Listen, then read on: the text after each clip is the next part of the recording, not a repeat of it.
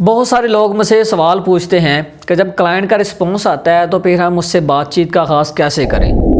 अस्सलाम वालेकुम दोस्तों, उम्मीद करता हूं कि आप सब खैरियत से होंगे। मैं हूं आपका होस्ट मोहम्मद जुल्करनैन और आप देख रहे हैं मेरा यूट्यूब चैनल। दोस्तों, आज की वीडियो में हम बात करने जा रहे हैं क्लाइंट पर कि जब क्लाइंट का हमें रिस्पॉन्स आता है तो हम उसके साथ बातचीत का आगाज़ कैसे करें, क्लाइंट क्या क्या रिक्वायरमेंट कर सकता है, क्लाइंट किस तरह के होते हैं और वो किस तरह के सवाल हमसे पूछ सकते हैं। तो आज की वीडियो में हम इसी टॉपिक पर ब्रीफली डिस्कस करने वाले हैं। लैपटॉप की स्क्रीन पर जाने से पहले कुछ चीज़ें आपको बताता चलूं कि हर एक बंदे का माइंड डिफरेंट होता है। हर बंदा अपनी सर्विसेज को डिफरेंट तरह से लेके चलता है, मार्केट को एक डिफरेंट नजरिए से देखता है, क्योंकि हर एक का अपना एक नजरिया, हर एक के काम करने का अंदाज मुख्तलिफ है। इसी तरह जितने भी क्लाइंट्स हैं उनकी रिक्वायरमेंट्स अलग अलग होती हैं। वो देखते हैं कि मेरी साइट जो है इस वक्त किस रैंक पर है, मेरी वेबसाइट की हालत क्या है, तो अपनी वेबसाइट को देखते हुए फिर वो कुछ ऐसी वेबसाइट्स का मुतालबा करता है रीसेलर से, जैसे कि फ्री लॉन्चर हूँ मैं, यानी कि रीसेलर भी हूँ, फ्री लॉन्चर भी हूँ। जैसे फर्ज करें क्लाइंट मेरे पास आता है, मुझसे मुतालबा करता है कि ये मेरी वेबसाइट है, ये मैं सर्विस सेल कर रहा हूँ, मेरी ये रिक्वायरमेंट्स हैं। अब बस अकत होता है पता क्या है, हम क्लाइंट को जब वेबसाइट सेंड करते हैं तो उसका रिस्पॉन्स आता है कि ये वेबसाइट आपकी अच्छी नहीं है, ये वेबसाइट आपकी अच्छी नहीं है, मुझे इससे कुछ डिफरेंट वेबसाइट चाहिए, कुछ मजीद वेबसाइट दिखाओ। जब हम उसको वेबसाइट दिखाते हैं फिर उसका रिस्पॉन्स आता है कि नहीं, ये वेबसाइट्स भी मेरी रिक्वायरमेंट को पूरा नहीं कर रहे हैं। तो फिर क्या होता है, फिर होता यह है कि हम लोग वहां पर कंफ्यूज हो जाते हैं कि अब हम क्या करें। हमारे जहनों में ये सवाल नहीं आता या हमारे जहनों में ये बात नहीं आती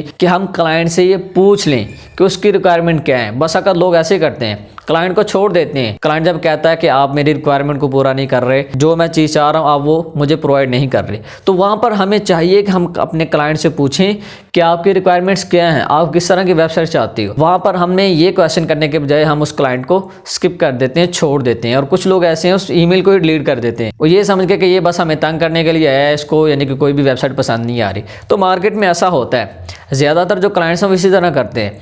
ज़्यादातर जो है वो कोई किसी न किसी कंपनी के साथ अटैच होता है, कोई ना कोई एजेंसी रन कर रहा होता है, तो फिर वो जो रिक्वायरमेंट्स होती हैं वो उनकी नहीं होती, वो उनके क्लाइंट्स की होती हैं। यानी कि फ़र्ज़ करें कि ऐसी कोई कंपनी है, आपने उसमें से निकाला ईमेल, लिंक्डइन से निकाला, उनकी वेबसाइट से निकाला, कहीं से भी आपने लिया, तो जब आप उसको ईमेल करते हो उसका रिस्पॉन्स आता है, वो आगे से कहता है कि मेरी रिक्वायरमेंट्स ये हैं, तो वो उसकी रिक्वायरमेंट्स नहीं होती, वो उनके क्लाइंट्स की होती हैं। क्योंकि वो अपनी एक कंपनी रन कर रहे हैं, अपनी एक एजेंसी चला रहे हैं, उनके पास जो क्लाइंट्स आते हैं वो उनकी कोशिश होती है कि उनको अच्छे से अच्छा काम करके दें, अच्छी से अच्छी जो वेबसाइट्स हैं वो प्रोवाइड करें। हम जैसे लोग क्या है 10-15 वाली जो साइट्स हैं जिनकी ट्रैफिक भी नहीं होती वो हम उनको भेज देते हैं। लेकिन कोशिश ये किया करें कि आप जब किसी एजेंसी के साथ डील करते हैं, जब कोई क्लाइंट निकाल रहे होते हैं, तब ये देखा करें कि मैं जिस ब्लॉगिंग की साइट से क्लाइंट निकाल रहा हूँ वो वेबसाइट किस तरह की है, उसकी ट्रैफिक कितनी है, उसका गूगल इंडेक्स कितना है। आप क्योंकि सर्च तो करते नहीं है, सीधी सी बात है, यानी कि स्टिल रह के आप किसी भी वेबसाइट पर सर्च नहीं करते। जैसा कि मैंने बताया था कि अगर आपने फैशन पे सर्च करनी है ना एक वेबसाइट पर, तो आपने फैशन के जितने भी आर्टिकल थे ना सारे के सारे आप निकाल लो। आपको उससे ये होगा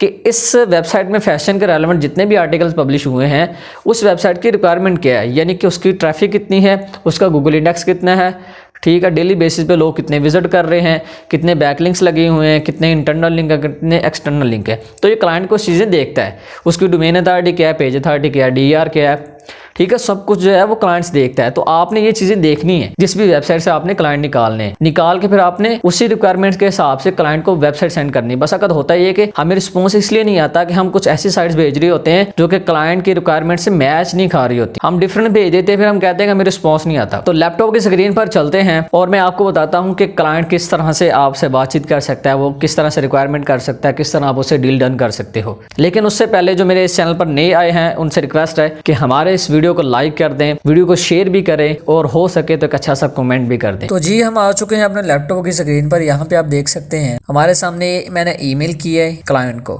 ये सारी की सारी टेम्पलेट है। यहाँ पे आप देख सकते हैं ये वेबसाइट मैंने मेंशन की है। तो पहले मैं इस तरह से ईमेल किया करता था, ठीक है। जब मैंने ईमेल किया क्लाइंट को उसके बाद देखें जी इसका रिस्पॉन्स आया।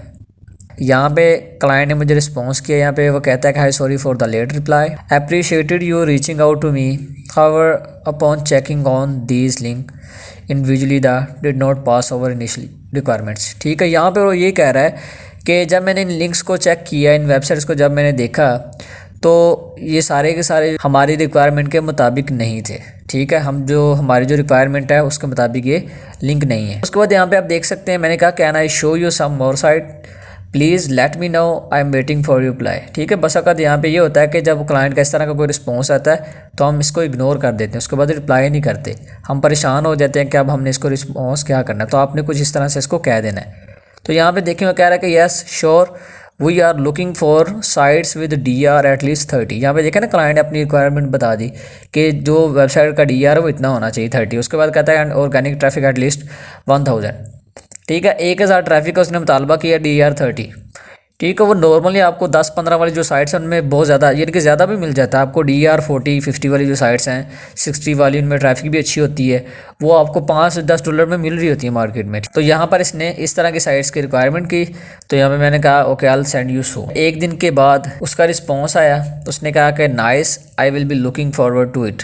तो यहाँ पर देखें, फिर मैंने उसको उसी दिन वेबसाइट सेंड। उसके बाद यहाँ पे आप देख सकते हैं ये जो वेबसाइट्स हैं सारी की सारी क्या है, $10-15 वाली। यहाँ पे ये वाली जो वेबसाइट है ये है $10 की, ये वाली है जी 25 की, और ये वाली भी 25 की लगती है। अब ये 30 की हो चुकी है ये वाली। यानी कि जब मैंने इसको सेंड की थी ट्रैफिक जो थी अच्छी, सारी की सारी 10-15-20-25 वाली वेबसाइट्स हैं। क्योंकि जाहिर सी बात है, क्लाइंट की जब रिक्वायरमेंट पूरी करना होती है तो थोड़ी सी जो पेड हैं वो भी वेबसाइट्स में ऐड कर देते हैं। तो ये वाली जो है ये $10 की है, 8 के $10 की, मुझे याद नहीं सही से। उसके बाद अब हम नीचे आते हैं, यहाँ पे देखते हैं, ये देखें जी, इसने कहा dear thanks for contacting me, how much does it cost for link insertion. ठीक है, अब देखें ना, उसको जो वेबसाइट से सारी सारी पसंद आ गई। अब यहाँ पर मैंने उसको बताया dear 1K plus traffic sites cost per link is 80। अब $80 मैंने इसको लगाया। मैंने उसके बाद उसको कहा कि 5K प्लस जो ट्रैफिक है जिनकी, वो उनकी प्राइस $100 है।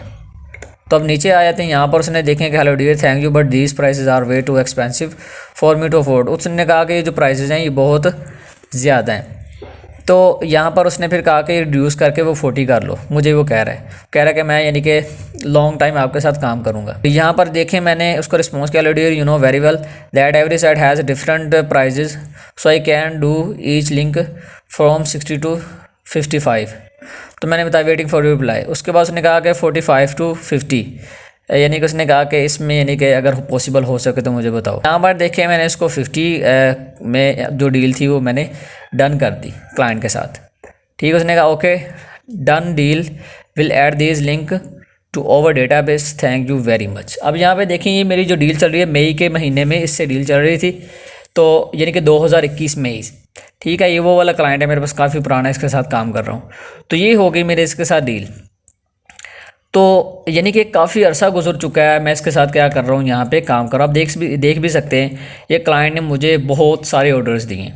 अब मैं इसलिए बार बार कहते रहता हूँ कि आप लोग एक से ज़्यादा आईडीज़ से ईमेल करो, क्लाइंट जो रिस्पॉन्स कर देते हैं। अब देखें, मैं इस क्लाइंट के साथ 3 जो मेरी ईमेल हैं उन पर से काम कर रहा हूँ। 3 जो आईडीज़ हैं उससे मैं ऑर्डर ले रहा हूँ। अब यहाँ पे देखें, ये इसने मुझे ऑर्डर प्रोवाइड किया हुआ है, एक ये है, ये $50 में इसने मुझे ऑर्डर दिया है। ठीक है, इसी तरह मैं और कोई मेल ओपन करता हूँ, तो यहाँ पे आप देख सकते हैं ये वाला भी, सॉरी ये तो इनवॉइस है। ये देखें, जो क्वेश्चन जितने भी लिखे हैं सारे के सारे क्या हैं जी, ऑर्डर्स हैं। ठीक है, ये सारी बाकी जो इनवॉइस वगैरह हम बनवाते रहते हैं वो हैं, तो पेमेंट्स लेते हैं। तो कहने का मकसद ये है कि इस तरह से हमने क्लाइंट से डील करनी है, उनकी डिफरेंट जहाँ रिक्वायरमेंट्स हो सकती हैं वो डिफरेंट आपसे पूछ सकते हैं। इसी तरह यहाँ पर एक और क्लाइंट होगा मेरे पास, यहाँ पे आपको दिखाता हूँ, वो आई थिंक दूसरी आईडी में है शायद, या इसी में होगा। तो ये रहा। अब ये वाला जो क्लाइंट है इसके साथ भी यही मामला हुआ था। ठीक, इसको भी मैंने वेबसाइट जो सेंड की थी काफ़ी देर पहले, तो आजकल ये यानी कि ऑर्डर वगैरह दे रहा है। ठीक है, ये देखें, लास्ट ऑर्डर 10 मार्च को इसने दिया है मुझे, इसी मंथ में। तो यहाँ पर देखें इसकी प्राइस क्या है, 40। ठीक है, 40 प्राइस है इसकी। इसने खुद ही लगा के दे देता है, ये प्राइस हर दफ़ा भूल जाता है। मैंने इसे कहा भी था कि हम 70 में ये ऑर्डर्स वगैरह लेते हैं। यहाँ पे देखें, इसको फिर मैंने कहा कि 70 में ये हम लिंक लगा के आपको देंगे। तो ठीक है, उसने कहा कि थैंक्स, आप जो लिंक वो लगा कर मुझे बता देना। उसके बाद आप यहाँ पे देख सकते हैं, मैंने जो लिंक था वो उसको अपडेट बता देगा, आपका जो लिंक है वो हमने लगा दिया है। उसके बाद आप यहाँ पे देख सकते हैं कि ये है जी इनवॉइस, इस तरह से इनवॉइस बनाई जाती है। इंशाल्लाह नेक्स्ट वीडियो में आपको बताऊंगा कि हमने क्लाइंट से पेमेंट जो है वो किस तरह से लेनी है। आपको इनवॉइस इसलिए दिखा रहा हूँ ताकि आप लोगों को ये ना लगे कि मैं कोई फ़ेक वगैरह बना रहा हूँ। तो इसी तरह से अपनी तरफ से उठा के कोई खुद ही ईमेल बना के अपने जो ऑर्डर्स हैं उनको कंप्लीट करवा रहा हूँ। तो आपको तो मेरा पता है कि मैं टू द पॉइंट बात करता हूँ और वही चीज़ें आपके सामने लाता हूँ जो कि लाने वाली हैं। तो यहाँ पर आप ये इन्वॉइस देख सकते हैं, ये क्या है जी, पेड हो गई है। 12 तारीख को हमने इन्वॉइस बनाई थी, 14 तारीख को ये इन्वॉइस क्लाइंट ने पेड कर दी थी, उसने पेमेंट कर दी है, ठीक है। तो ये था हमारा पेपाल, इसको मैं हाइड कर रहा हूँ यहाँ पे। तो ये मेरे क्लाइंट की ईमेल है, इसको भी मैं हाइड कर देता हूँ। तो ये वो लिंक था जिस वेबसाइट पर मैंने लगवाया। तो कहने का मकसद ये है कि इस तरह से हमें ऑर्डर्स मिलते हैं, इस तरह से हम इसको कंप्लीट करवाते हैं। अब हमने ऑर्डर कैसे कंप्लीट करवाना है, पेमेंट कैसे लेनी है, इंशाल्लाह नेक्स्ट वीडियो में आपको उसके बारे में डिटेल से बताया जाएगा। बस आपका काम है मेहनत करना, क्लाइंट्स निकालना, अच्छे से ईमेल करना, चीज़ों को बेहतर तरीके से समझना। आप लोग वीडियोज़ को अच्छे से वॉच नहीं करते, फिर आपको मुश्किलात होती हैं, परेशानियाँ होती हैं, फिर आप लोग मुझे मैसेजेस कर के परेशान करते हैं, ये क्या, फिर हर एक को मुझे वीडियोस का लिंक उठा के सेंड करना पड़ता है। काइंडली पहले अच्छी तरह वीडियोस वॉच किया करें, उसके बाद मेरे पास आया करें।